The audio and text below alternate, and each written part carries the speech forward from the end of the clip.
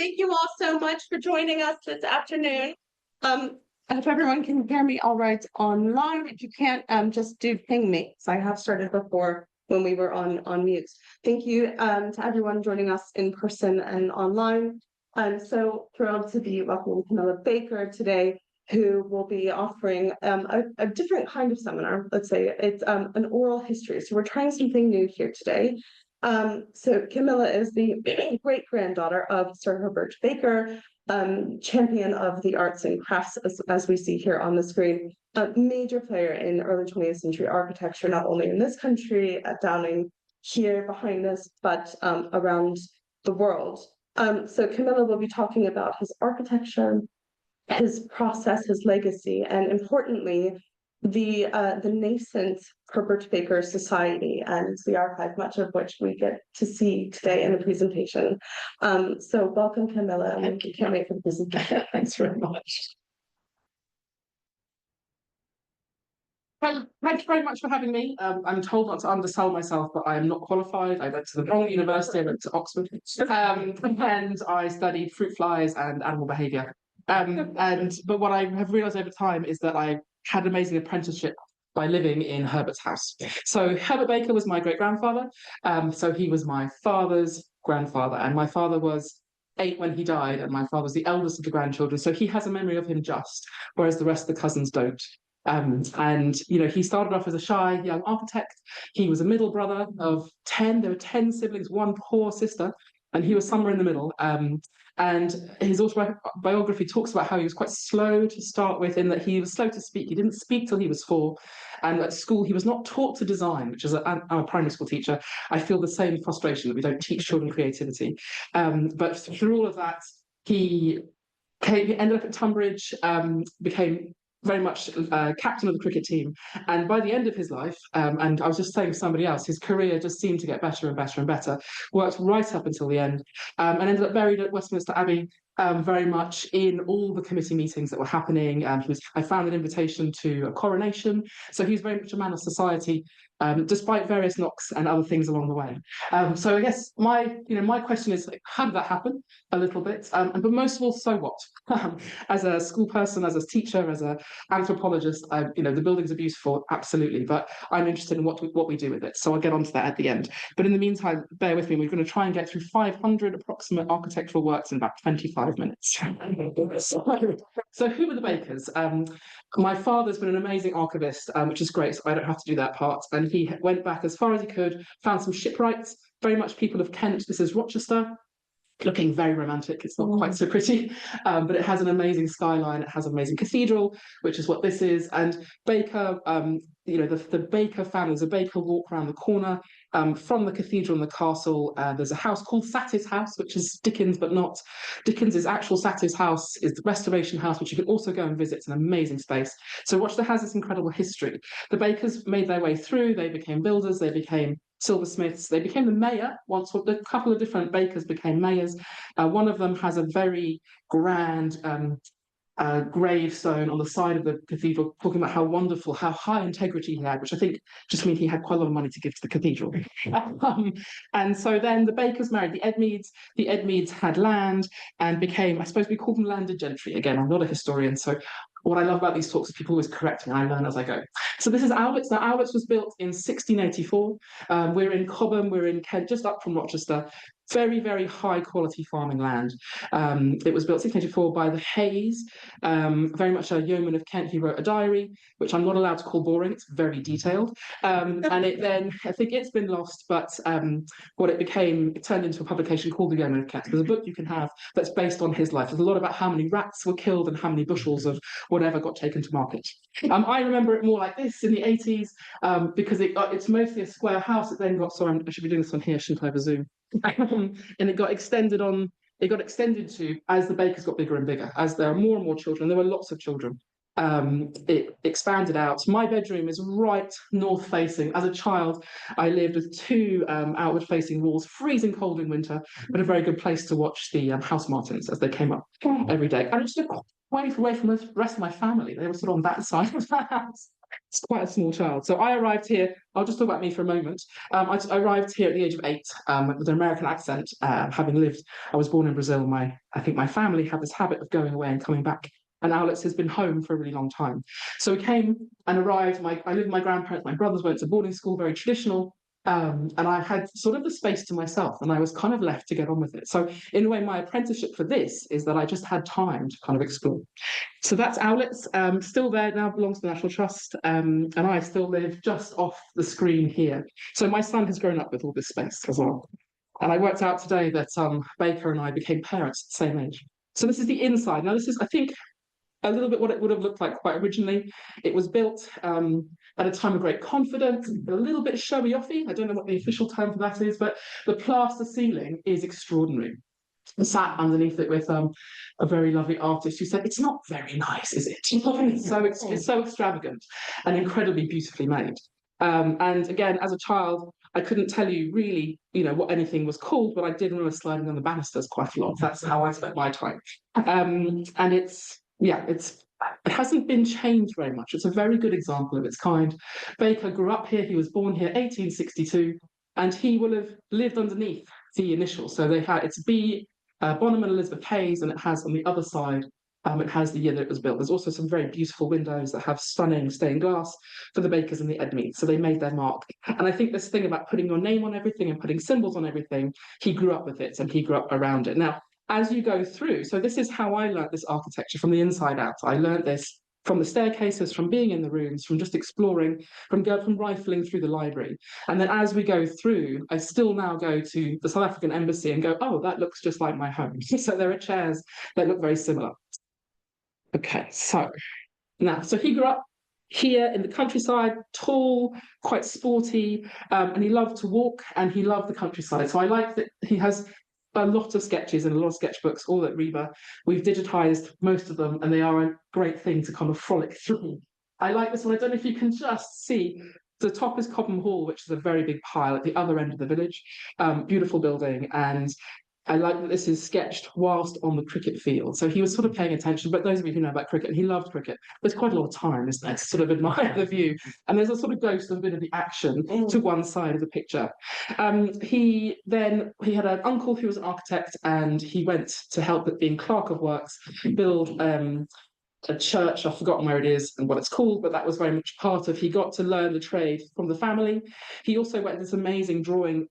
There's a rebuilding here at Plasmar, and he did these amazing extraordinary drawings. Bottom left is you can still buy them now for a huge portfolio of stunning pictures. And we have lots of pictures, so I just indulge me. I just think they're beautiful. And that eye, you can see there's architecturals, definitely. He's interested in that, a little bit about the people. And, I love the sort of trees put in as well. And then again, very much the detail. So as a young man, he was traveling around, he was looking, he was interested, I think always with a sketchbook, and always observing and learning, the detail of everything. I think is really extraordinary. So this is Norwich. He definitely went abroad as a young man.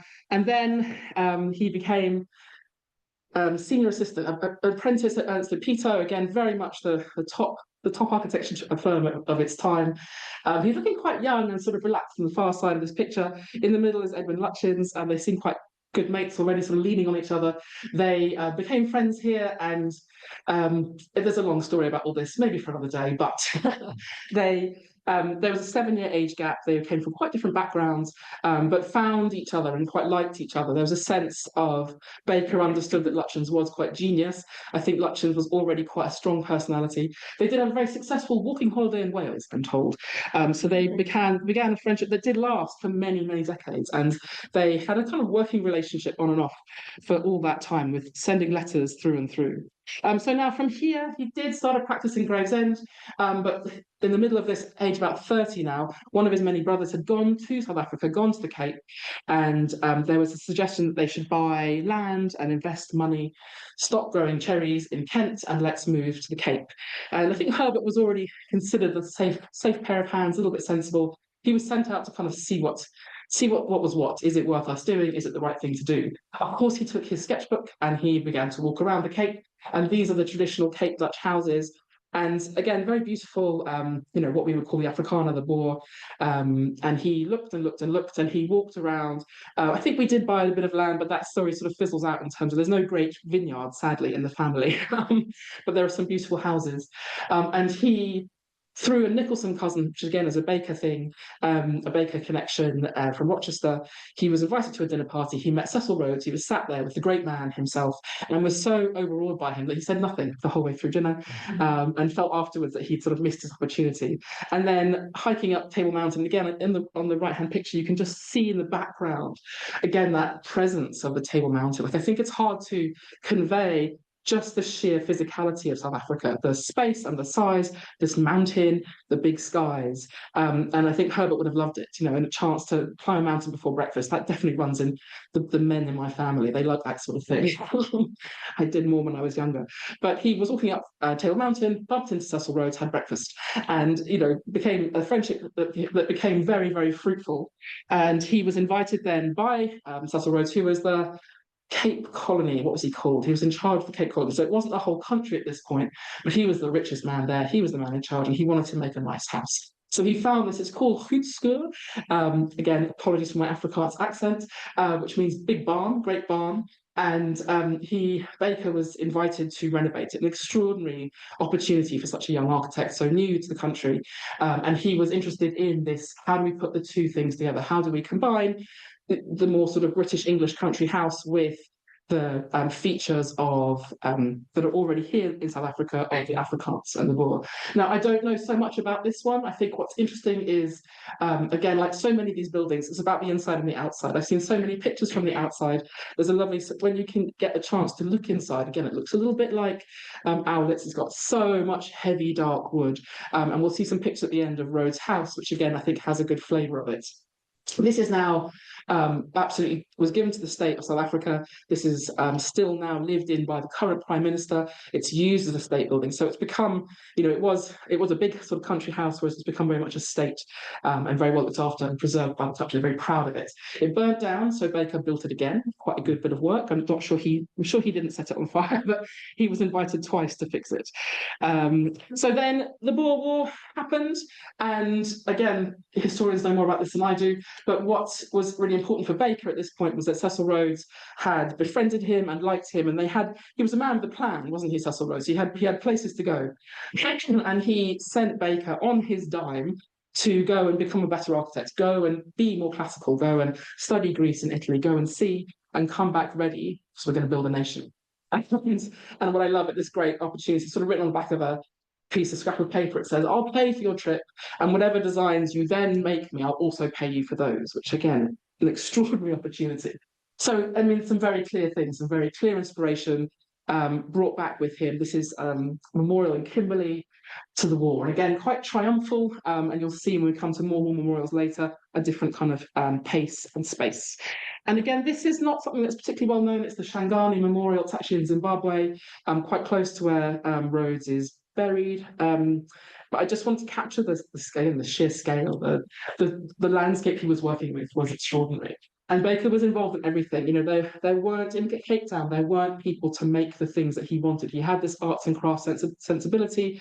He wanted the people to make the metal to the highest quality. So he went to the harbour and found a guy on a boat who was good enough, and then got him trained up. In Johannesburg, there wasn't anyone to make the tiles that he wanted, so he created a tile industry. And again, all of these things I'm saying, we need people to study them. So please, get involved and help us find out more about it, because there's so many areas that he went to. In Kimberley, where they were obviously digging, they used amazing earth buildings. We think 300 houses in South Africa. So again, I'm covering them incredibly quickly, but just that sense of scale and what they were working with. So Rhodes died young, in his 50s.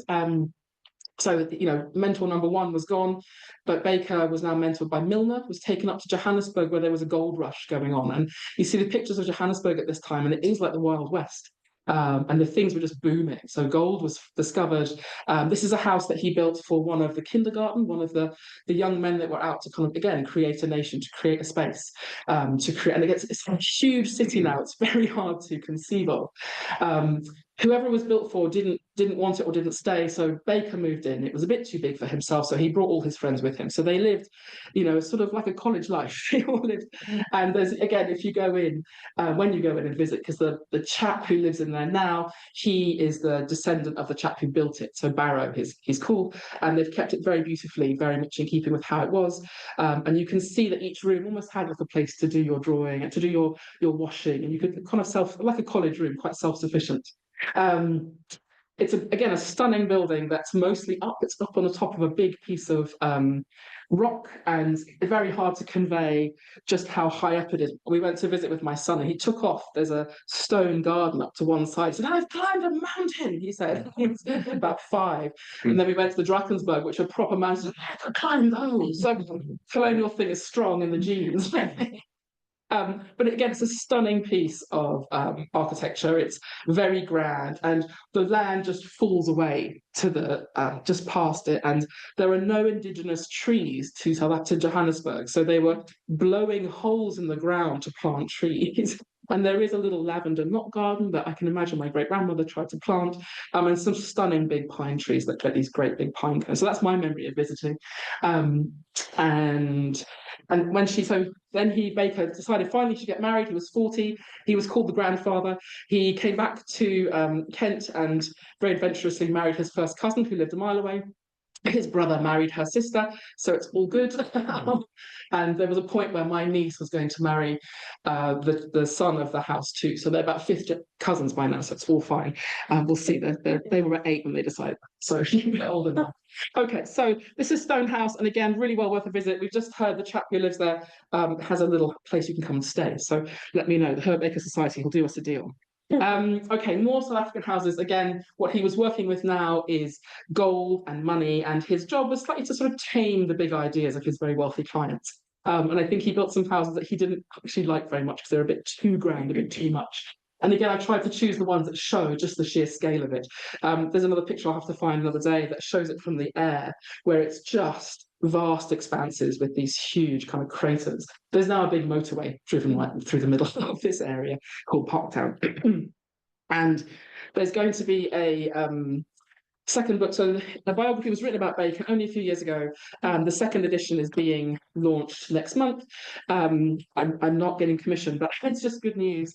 And it's happening in one of these buildings in Johannesburg. So well worth a visit if you can get out there. So in Johannesburg, what I've not talked about is the 35 churches that he also built across South Africa, banks, again, Parliament buildings. This one is the tallest one here is the Johannesburg Medical Research Facility, and it still is used as a medical research facility. Again, we went, and the lady looked at me and my son, and she's like, "He's not coming in here. It's a big biohazard signs." So he and I ran around on the ground. I was taking videos of him running around the ponds that were built in order to breed malaria, because they were testing malaria. So, he had to breed the mosquitoes to make the malaria. And there are some amazing medical advancements that came in terms of pneumonia, polio, from this place. So again, it's what's interesting about Baker's buildings. A lot of them are still being used for the purpose for which they were built. Now, I've just been learning a bit more about this. Is Pretoria, bottom left, being built, the Pretoria railway station. And again, I've learned that there was a competition, put in your ideas for what the Pretoria train station should look like. This was a big moment because the country was being united. Pretoria was like part of the new South Africa. It was again this idea that the two countries, again white, the two countries, the two people were coming together. It's sort of great new hope. And the ideas that came weren't considered good enough. Guess who was deciding? Baker was on the committee, and I think then volunteered himself and did a great job. And in the building of the blocks, he also left some of those, some extra blocks, so when they were needed, that in this amazing hewing of stone. So this is coming to the end of South Africa again. I have gone over way too quickly. There's so much more we could talk about here. And again, in South Africa, he was known in the way that Lutchins is known here. In South Africa, people claim their houses by him. And he was very, very prolific. So in the way that he's not so well known in the UK, he's very well known over there for all these sorts of reasons. And the kind of culmination in a way, although it's not the last building he did there, this is the Union Buildings, and this is talked about quite a lot. It's considered very much the pinnacle of its time, of its style. Again, forgive the different pictures, but trying to give you a sense of the size of it. Again, I was given some numbers, 275 meters long, many thousands of bricks, many thousands of cubic meters of granite. And what I'm told from the biography is that the site, again, he loved a slope. So this, this dramatic falling away of the land, he paraded around with someone's wife to decide where the right place for this was to be. And again, very much this is about the union. So this is like two equal parts brought together. This amphitheatre we will have seen on the news when Mandela died. There's a great big statue of Mandela there now. Again, I went in the 80s and we travelled around and my dad took us in and we had a look. And I remember it, looking nice. Here we are. But that sense of beautiful staircases. And again, it's very hard to get into this building. Again, it's still a government building. It's very hard even to get close enough to it these days. Very beautiful. And again, that attention to detail of the wood, the floor, the art, it will have all been very carefully thought about and very simple. Okay, so in the middle of this, it is time now India comes along. So the most amazing commission, which is to build New Delhi, happens. Baker, gets himself in there because he is the right man for the job. He has built a lot of public buildings by this time. He's been building a nation. He's been building architecture for a nation for a couple of decades now. Luchin's very keen for the job too. And again, I read different histories about who was in charge. They were very much level pegging. They were taken to do it together. It was too big a job for one person. I love this. This is, again, they had been friends. And in South Africa, Luchin's designed an art gallery that Baker then oversaw the building of. And they kept, I think maybe the friendship survived as long as it did because they were so far apart. They picked up a correspondence of ideas back and forth for all the time that they were in these two different countries. Baker wrote a famous article for the Times about what he thought the India buildings should look like. And again, he was interested in how, for his time and of his kind, of his ilk within that colonial framework, he was interested in the local, like what was being made there. And if you I'll get on to that in a second. So this is them in India, again, looking relatively friendly. And what I like from this time is he went back and forth to India again for years and years and years. First World War came, and there's a huge journey. So part of the reason then he now ends up leaving South Africa is the commute from Johannesburg or Cape Town to Delhi is about 70 days. So it's a bit too long to be going back and forth for lunch. And so there's lots of drawings. And again, he was sending things back. He had young children by this point, sending pictures back of people falling off elephants. Very interested. Again, he had 3 boys and a girl. Very interested. Lots of pictures of cranes and boats always. And the cheeky monkeys. I think we all love those when we go to India. And again, indulge me a few more elephants because obviously he'd been in Africa. So the comparison of African and Indian, looking around and looking at the beautiful things that have been that had, the sculptures that existed already in India. And then I love this. This is Daddy writing his Sunday letter, but with quite a raid of mosquitoes attacking him. So, that sense of humour was there, although slightly quiet. Now, India, again, I grew up with black and white pictures of India, of these Indian buildings. And again, there's a great kind of, I understood there was some sort of upset about it, but the black and white never really appealed to me. I didn't really understand. I'm going to try and give you a quick summary of what happened. So these 2 buildings are apparently both the size of our parliament. And these are called the Secretariat buildings. This is what Baker designed. And the round building in the top corner is called the Council Chamber. I understand it to be sort of the parliament where they sit. And there's, again, it's beautiful symbolism in all of that. I think it'd be a great project to look at all the symbols that were created by the Maharajas. He worked with extraordinary artists we know a lot about Armitage, who was very involved in designing symbols for countries, for the different provinces of India. And again, very ornate, very elaborate. Now, Luchin's was also building things, and again, some of you in the room know this very well, but Luchin's buildings are not in this picture. It's not entirely on purpose. I did find this picture, which I quite like. So Luchin's built what was called the Viceroy's Palace, which is far to the far left. And then through the middle of the 2 mirror buildings, there is a road, a sort of procession, then goes down a ramp. And then far off to the other side is India Gate, which stands very proud. And I don't know what the length is it a mile or 2 miles from India Gate to the Viceroy's house? Now, what was agreed, again, he loved working on a slope. This is called Raisina Hill. You can't really see from the picture just the gradient that is increased. What you can see in this picture is the lovely entrance, almost from the back into these buildings. So if you go and visit today, you tend to go up the middle on your way to the Viceroy's Palace, and you almost see the back of Baker's buildings. Whereas actually from this side, you can see this beautiful circular garden and grand entrance. The ramp was agreed that it would go up and then there'd be a flat area between the two domes in order that the civil servants didn't have to go down to stairs and up to stairs and back and forth and back and forth. This was agreed. Lutyens then realised that meant that the view of his viceroy's palace would disappear as you travelled from his gate to his palace. And this, he then campaigned again, I think for close on 2 decades, to have this changed. It never did. He called it Baker's greatest crime. Again, as a child, I'm like, what is all this fuss about? But again, it was a great, and in that way that great creative people and great friends can fall out. It was a spectacular fallout that went on and had great repercussions for a long time. If you go now, as you arrive to the two mirror buildings on the left, there is a little place, a nook you can go in. There's always some Indian guard there, and I tend to go, that's my great grandfather. The guard stands up very straight. But there's a great story that the biographer travelled in a taxi from the gate up to the Viceroy's palace. Has a new, very beautiful Indian name. And the taxi driver said, "Look, watch. As you come up the road, it disappears and it's revealed. You see, Lutyens, what a genius." So he's given full credit for this thing to Lutyens, which I like. So again, it's one of those things that it is what it is. This, Baker won, if you like, this particular argument, but there was no way. The whole thing cost so much money. I mean, I think billions. And then it began in 1912. The commission began then. Of course, the war arrived. The whole thing was finished in the 30s, I think. And then India, of course, had its own independence within about 10 years. So again, in terms of price. I think the piece I wanted to say also is that what I hadn't realised before I travelled to India was the beautiful colour of the stone. And when you go from Delhi down to Taj Mahal, Baker not so impressed by Taj Mahal. He thought it was a bit too small. What he really was impressed by is Fatehpur Sikri, which is just a bit further on, which was a Mughal incredible site from an emperor who had, I think, 4 wives, a Christian one and a Hindu one and a Sikh one and a Muslim one. And he had a very elaborate irrigation system that didn't work, but these huge buildings that have this amazing color of this red sandstone and these sort of top knots and these big stark kind of windowsills, the tops of the roof there.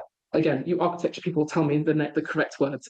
So India, again, it's a fascinating thing. It went on for years. I'm telling you like it all happened at once, but it didn't. There was a great question mark whether it would happen or not.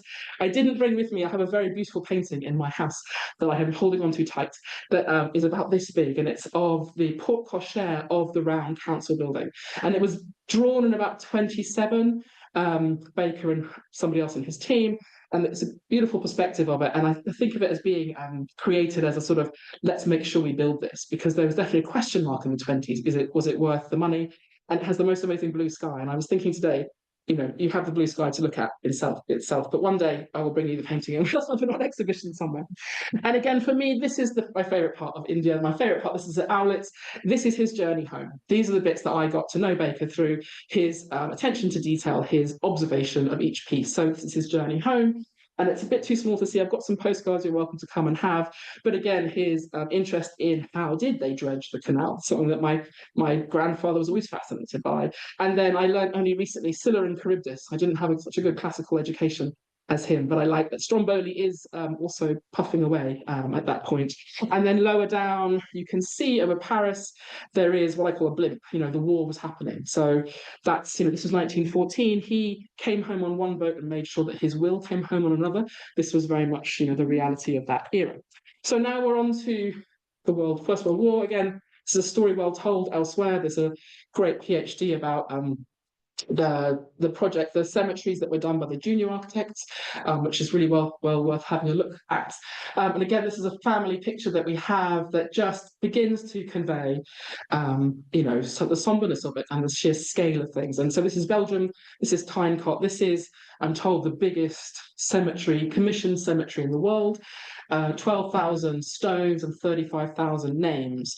And Baker had this real sense that he wanted it to be a part of English countryside. There's a story of how, I've got the words there exactly, but I'll paraphrase, which is that they went to visit, he and his wife, and they found a widow who had been saving for 2 years to come and visit her son or husband's grave, and she was standing in the pouring rain in some mud.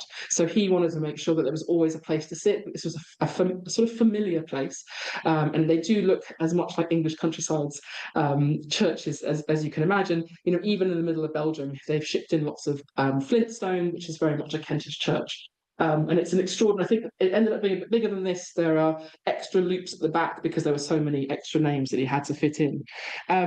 There's so much, again, there's so much to say about the First World War, but I think it's beautifully well, a lot is being said. Of course, they're so well looked after by the Commonwealth War Graves. And Tynecott is, that's the pillbox in the middle that he built on top of. Again, I've just recently been learning that, of course, Lutyens was very much in favour of the big stone, the stone of sacrifice, whereas Baker, being very Christian, was very keen that there was a church, a cross in every cemetery, and he didn't win that argument, but he definitely made use of plenty of those back home, which I'll show you in a second. And again, for me, this is one of my favourites. This is India, his connection with India. He was given the job of commemorating the 4,000 or so Indians who died. Again, these extraordinary soldiers, because they were a standing army, they were brought in very early. They were sent in October to Belgium in their kind of lightweight, clothes ready for Egypt. And a lot of them lost their lives, and probably through illness. So his first idea, the top corner has, again, I have this picture at home. His first idea was for a beautiful dome. Wouldn't that have been an extraordinary building? That should be the cemetery. And of course, there are no headstones because the bodies were burnt. And so it's ashes instead. But what is built and is well worth visiting, it sits on the edge of a roundabout, and it's a beautiful encircled space. Charles Wheeler came and did this extraordinary. I'm sorry, I haven't got a good picture of Charles Wheeler's very beautiful Ashoka statue, a pillar with two very lovely big cats. There's some bakers being dragged around with varying degrees of enthusiasm, but the symbols, and again, you can see in there again this province. He wanted every province to be recognised and everyone to be commemorated. And again, I think it's in a grey Belgian day to have that beautiful stonework to be able to see through is a very interesting combination of things. And again, this is a very well loved cemetery. Okay, so now we're back to crosses, and he did a lot of, this is Cobham village, where his home was. He did the village down the road. This is Rochester, just outside the cathedral, one in Ramsgate. These are the Kentish ones. And the first one that you can see with the kind of building behind it here, this is in Canterbury. It's not my favourite of his crosses, but it's very symbolic to do with but behind it, he did this extraordinary thing they call the Bastion Chapel. So he took an old piece of the very old wall around Canterbury Cathedral precinct, and you can see there were two floors. He took out the floor and made it into this amazing columnar space, which again, you need someone to open it for you to allow you in. And it's these incredible layers of chalk and flint that aren't very soft, they get a bit scratched a bit too easily. But we've met the guy in charge of the fabric of the cathedral, and he said, I'm so pleased that your great grandfather did this, because I know it's going to look after itself. I don't need to worry about this building. It's been beautifully made. Whereas the same guardhouse 100 metres down, the wall that has no purpose, is currently costing him £50,000 just to keep the water out, and will cost another £2 million to do something with. So there's something about Baker having done all those extraordinary war memorials. They were tasked with making things in perpetuity. The cemeteries are meant to last 1,000 years. Most buildings last 50 now, I think, building regs. And here, when he came to Canterbury, he was very aware of the procession of time. Okay, I need to go a bit faster. So he loved his place, and he also got the King's schoolboys to do a cross round the back, and he got them to dig out a place so there could be a hill, and they did a little bit of archaeology, which is quite fun too. Okay, we're going to come back to this. This is again by far his most sort of well received by everybody. This is Winchester College. It's a cloister. I'm going to show you some videos of that in a second. Now he's in England, even though it's the 30s. He's very busy. There's apparently a depression, but he now rebuilds the Bank of England. And again, there's so much work to be done on this. Please help us to get that. There's going to be an exhibition starting in September of the making of the Bank of England. It's coming up for 100 years since the beginning of this. They call it the Old Lady of Threadneedle Street. Sir John Soane had made a beautiful wall all the way around the outside. There was a big higgledy-piggledy bunch of buildings inside, which were not fit for purpose for this grand, confident country that needed a grand bank. It was a private bank at this point that became a national thing later. This is Charles Wheeler, who is the sculptor. This is his sort of self-portrait in stone. And again, Jake, who's in the room, can tell you more about these. But there's these beautiful stones that were made for each of the main people involved. So Baker was very interested in making sure people were recognised. Armitage is there, Oscar Faber, the engineer, the builder, the clerk of works, he himself, with lots of kind of countryside around him. Okay, so the Bank of England It went from being 1 or 2 floors to being 10. He went down through sort of 3 basements, and it goes up and up and up. There needed to be gold on site all the time. They didn't stop working in the back. Quite a tricky architectural challenge. And apparently halfway through, they said, and now we need to cut your budget by about $1 million. So the fact that it was built at all is extraordinary. It's well worth a visit. And again, there's just a couple, the interiors are amazing. So, I'm just always thinking about the inside and the outside of these buildings. We often walk past them, but the insides are amazing. The whole of the ground floor is a mosaic by Boris Anret. This staircase was the longest cantilever staircase in Europe at the time, and that's an actual Roman mosaic that they found in the process of building. So he loved it. It's got so much in it. So he called it now his houses. He was in London. He got to do houses. He did a house for South Africa. He did a house for India. Obviously, the bank was kind of a house for money. He did a church house, obviously, for the church. This is quick to Trafalgar Square. Obviously, it's like spot the odd one out, which is Old Father Time. I just had to put a little bit of cricket in because he was such a cricket fan. And again, it's a symbol that people know. If you're on Trafalgar Square, please go and look. Again, it's Wheeler who has done that very, very beautiful flying springbok, which was very much a symbol of South Africa in the 80s, less seen so now. And again, this is me sort of sneaking in, but the interiors are lovely, and we would love to do a visit one day there. Again, that mixture of furniture and stone, and the history done in a tapestry. Now, again, we're streaking through this India House, which you can see on the Old Witch, has some beautiful symbols on the outside. And these pictures, I've just taken a bit of time with. It's stunning. This is the first floor. So when you come in, you look up and you see this open light with the light coming through. Again, very exquisitely carved stone with extraordinary paintings above. And to do it justice, they had a competition in India. They brought Indian artists over who were then given further training to make sure they were up to date with how to paint on plaster rather than whatever they've been painting on. And again, it's received differently about, we'll be telling them they weren't good enough or not. So please, on the PhD on that would be great. someone let me know. But they, again, the most extraordinary interiors, very lush, and again, Armitage did a lot of work there too. And then finally, we're streaking through this is Church House, which is in Westminster, in Dean's Yard, very much the flint at the bottom. It's an interesting combination of things. It's stone, it's brick, it's flint, lots and lots of detail, but well worth. I was always trained to go and look at it. And on one side, there's a little dove and a little partridge, and one was the bishop and one was the guy who paid for it, I think. And on the other side is a wheel for Wheeler, and there's a little country cob bound for Baker. So he liked to put his mark on everything. But again, this is our conference centre. The interiors are stunning. I'm told that the Queen Elizabeth had her wake was there. Everyone came out of the cathedral and was brought over to have that. And again, if you think this is the head of the Church of England, he then made a chapel for the people who are the head of the Church of England. Very sacred space. It's quite small. There's some grand reception rooms, but my favourite part is the inner chapel. And again, each bishop of each area will sit with their, according to their symbol. So very beautiful, and well worth a visit. And then the final of his country houses, I'm told, again, it wasn't really a country house, but this is Rhodes House in Oxford. And I used to cycle past this all the time. I did my lectures in biology, we're just down the road. And it's a bit chunky for me. However, inside is the most extraordinary arts and crafts. Is this classical? Is this arts and craft? It's such a combination of both.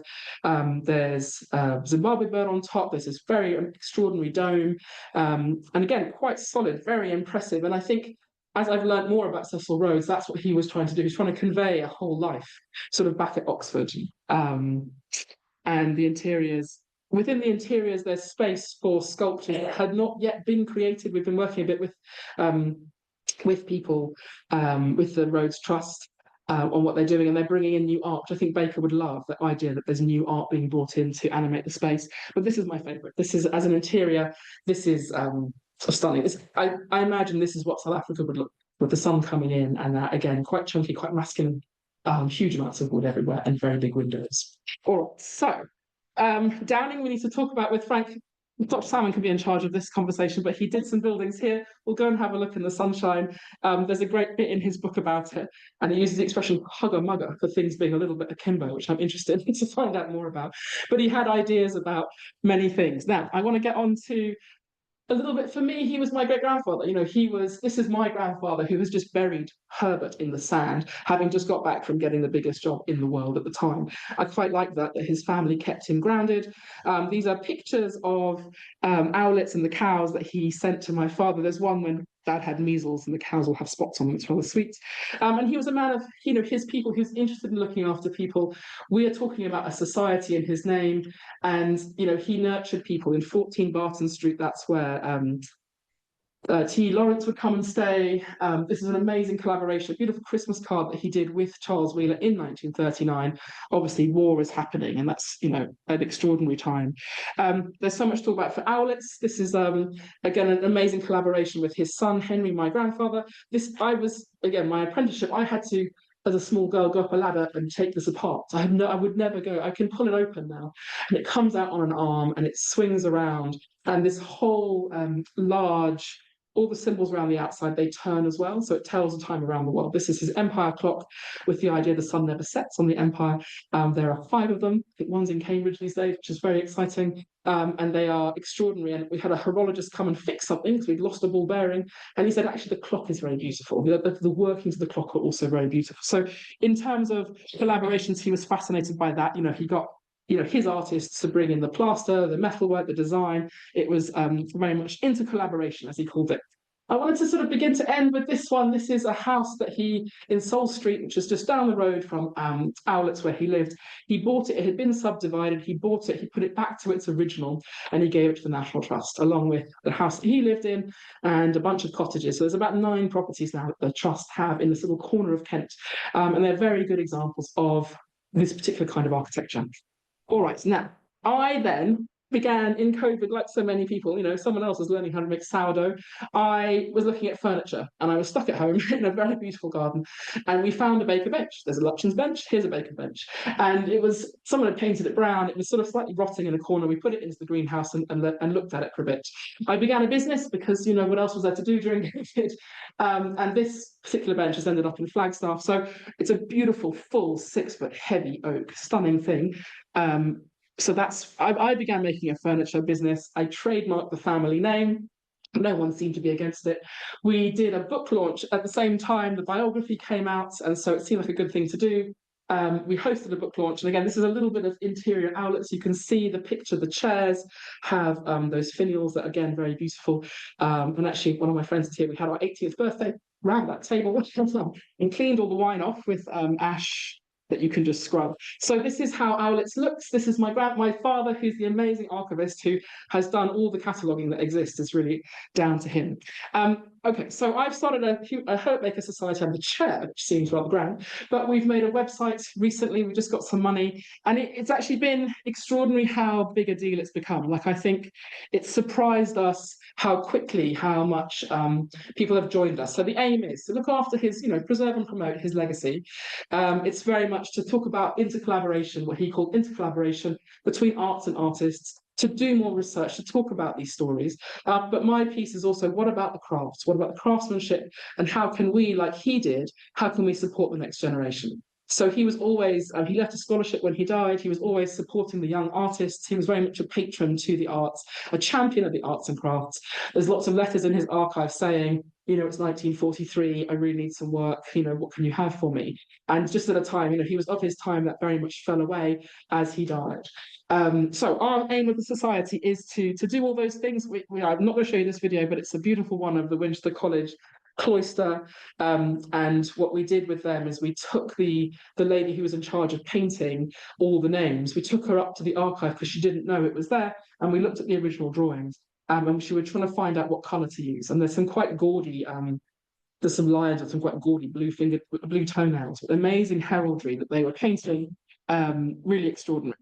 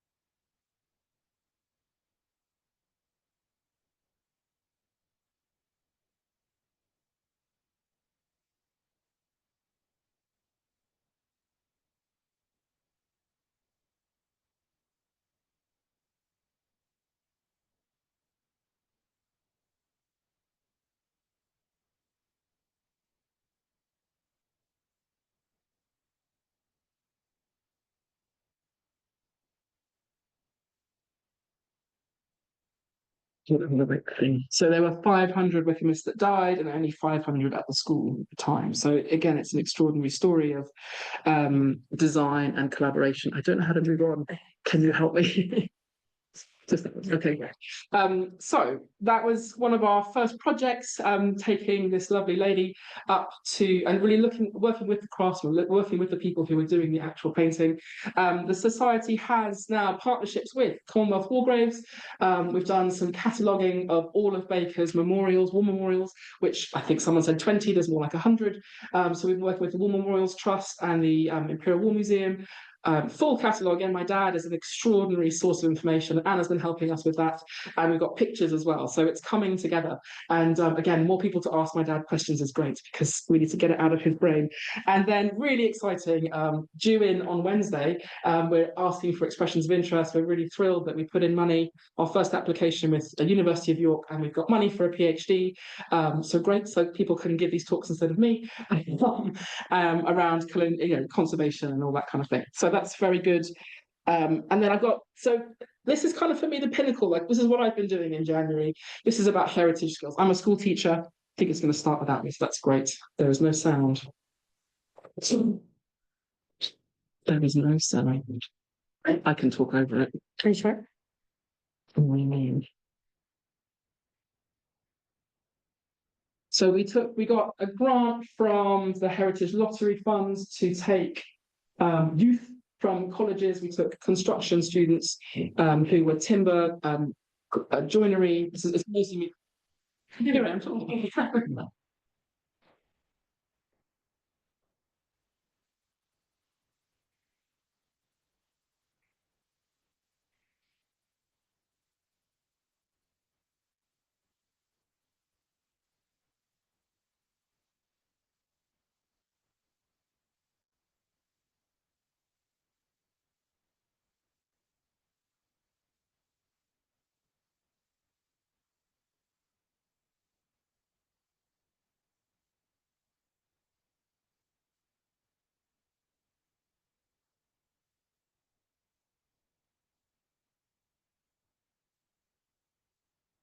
So there's Canterbury.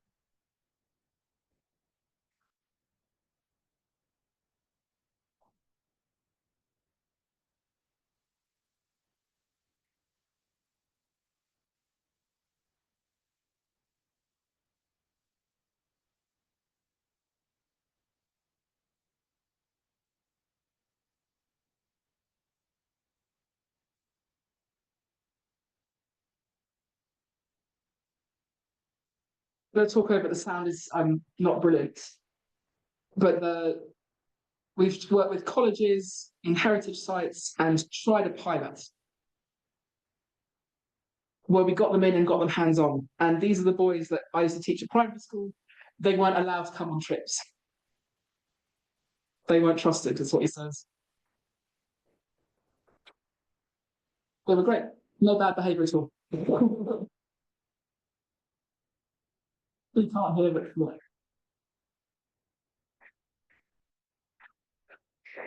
So this is Canterbury Cathedral stonemasons who took us in and talked them through, got them to have a go. And then we took them to watch them. We did a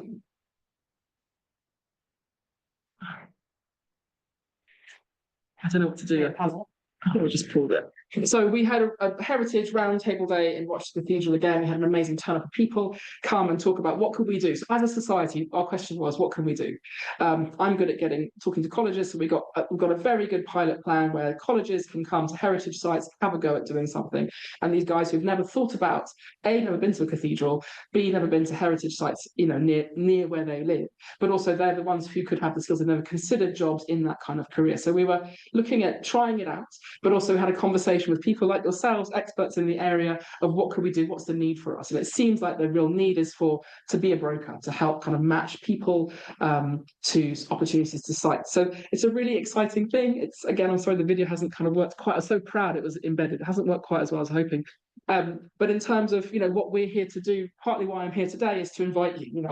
This thing about inside and outside, Herbert Baker buildings really work if you can get inside.